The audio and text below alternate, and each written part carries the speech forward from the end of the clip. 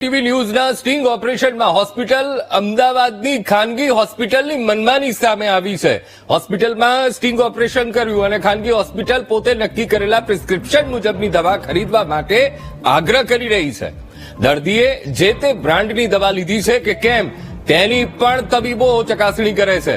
તો ખરીદેલી દવા તબીબોને બતાવી જવા દર્દીઓને આગ્રહ રાખવામાં આવે છે અને ખાનગી ડોક્ટર્સ પોતાની હોસ્પિટલમાં ચાલતા મેડિકલ સ્ટોરમાંથી દવા ખરીદવા માટે દર્દીઓ પાસેથી આગ્રહ રાખે છે. તો હોસ્પિટલમાં આવેલા સ્ટોરમાં કોઈ ડિસ્કાઉન્ટ ન અપાતા દર્દીઓ મોંઘી દવા લેવા માટે મજબૂર બને છે અને દર્દીઓ ડોક્ટરના કહેવા પ્રમાણે દવા ન ખરીદે તો ડોક્ટર્સ જો હુકમી ચલાવે છે. ચોક્કસ મેડિકલ સ્ટોરમાંથી દવા ખરીદવા તબીબો ફરજ ન પાડી શકે તેવો સરકારનો સ્પષ્ટ નિયમ છે. એ છતાં પણ અહીંયા આ હોસ્પિટલોમાં નિયમનો ઉલાળ્યો કરવામાં આવી રહ્યો છે. સરકારના નિયમની એસી તેસી કરી દવામાંથી પણ કમિશનખોરી કરવા તબીબોની દર્દીઓ સાથે આ રીતસરની આ લૂંટ ચલાવવામાં આવી રહી છે. હવે આપણે આ બે દ્રશ્યો ટીવી સ્ક્રીન ઉપર બતાવી રહ્યા છીએ. એક હોસ્પિટલ કમ્પાઉન્ડમાં હોસ્પિટલના દ્રશ્યો અને એક ત્યાંની અંદર હોસ્પિટલની અંદર જે મેડિકલ સ્ટોર ચાલી રહ્યો છે તેના દ્રશ્યો.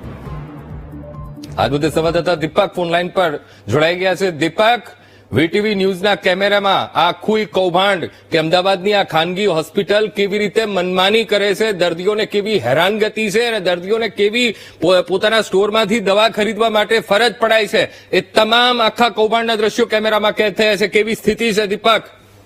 અંકુર, જે પ્રકારે રાજ્ય સરકાર દ્વારા હવે પરિપત્ર કરવામાં આવે છે, પરંતુ આ તમામ એવી હોસ્પિટલો છે ખાનગી કે જ્યાં પોતાની જ હોસ્પિટલની અંદર પોતાની મેડિકલ સ્ટોર ચાલે છે. જોકે એ નિયમ છે કે પોતાની મેડિકલ સ્ટોર જે છે તે ન ચલાવી શકે, પણ છતાં પણ આ ખાનગી હોસ્પિટલની અંદર પોતાની મેડિકલ સ્ટોર ઉભી થઈ ચૂકી છે અને આ સ્ટોરની અંદર જે દર્દીઓ આવતા હોય છે તેમને તેમની સ્ટોરમાંથી દવા લેવા માટે ફરજ કરવામાં આવે છે. મોંઘીદાટ દવા જે છે તે રાખવામાં આવતી હોય છે અને જે કન્ટેન્ટની દવાઓ સસ્તી મળતી હોય છે તેના કરતા પણ વધારે મોંઘી દવાઓ જે છે તે રાખવામાં આવતી હોય છે અને આ પેટે જે ડોક્ટર હોય છે તેમને કમિશન પણ મળતું હોય છે તેવી ચર્ચા થઈ રહી છે. એટલે કે ક્યાંક જે પ્રકારે અમદાવાદ શહેરની અંદર જે વીટીવી ન્યૂઝ દ્વારા સ્ટિંગ ઓપરેશન કરવામાં આવ્યું, જેમાં વાત કરવામાં આવે તો અનેક એવી હોસ્પિટલો છે કે જેની અંદર આ પ્રકારે આ મેડિકલ સ્ટોર જે છે તે ધમધમતા હોય છે. જે દર્દી ત્યાં આવે તેમને આગ્રહ કરવામાં આવતો હોય છે કે તમે જે દવા છે તે તેમના મેડિકલ સ્ટોરની અંદરથી લે અને ઊંચું બિલ જે છે તે ચૂકવવું પડતું હોય છે. એટલે કે ક્યાંક જે ઓર્થોપેડિકના જે દર્દીઓ છે તેમને સૌથી વધારે બિલની જે દવાઓ હોય છે તેનું બિલ ચૂકવવું પડતું હોય છે અને આ તમામ દવાઓને કારણે જે મેડિક્લેમ મૂકવામાં તેમને જે છે તે ક્યાંક કનડગત પણ થતી હોય છે, કારણ કે દવાઓ જે છે તે મોંઘી જે છે તે થઈ જતી હોય છે.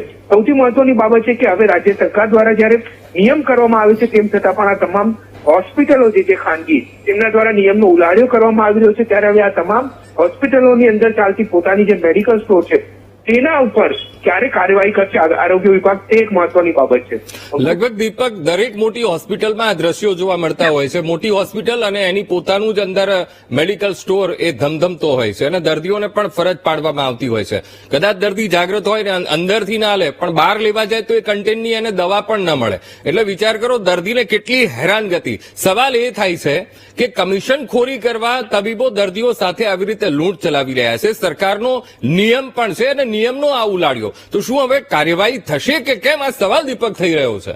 બિલકુલ એ જ પ્રશ્ન ઉભો થઈ રહ્યો છે, કારણ કે વીટીવી ન્યૂઝ દ્વારા જયારે આ મૂવી મુકાડવામાં આવી, જયારે આ સ્ટિંગ ઓપરેશન કર્યું ત્યારે જે દ્રશ્યો જોવા મળ્યા હતા કે જે દર્દી પોતાની દવા લેવા માટે ત્યાં આવે છે તે જ દર્દીને ફરજ પાડવામાં આવે છે કે તેઓ એમની જ મેડિકલ સ્ટોરમાંથી દવા લે. અને એક ચેઇન ચાલી રહી છે કે જે ચેઇન એવી છે કે જે દવા જે ડોક્ટર પ્રિસ્ક્રિપ્શનથી લખી આપે તે જ દવા તેના મેડિકલ સ્ટોરમાં મળતી હોય છે.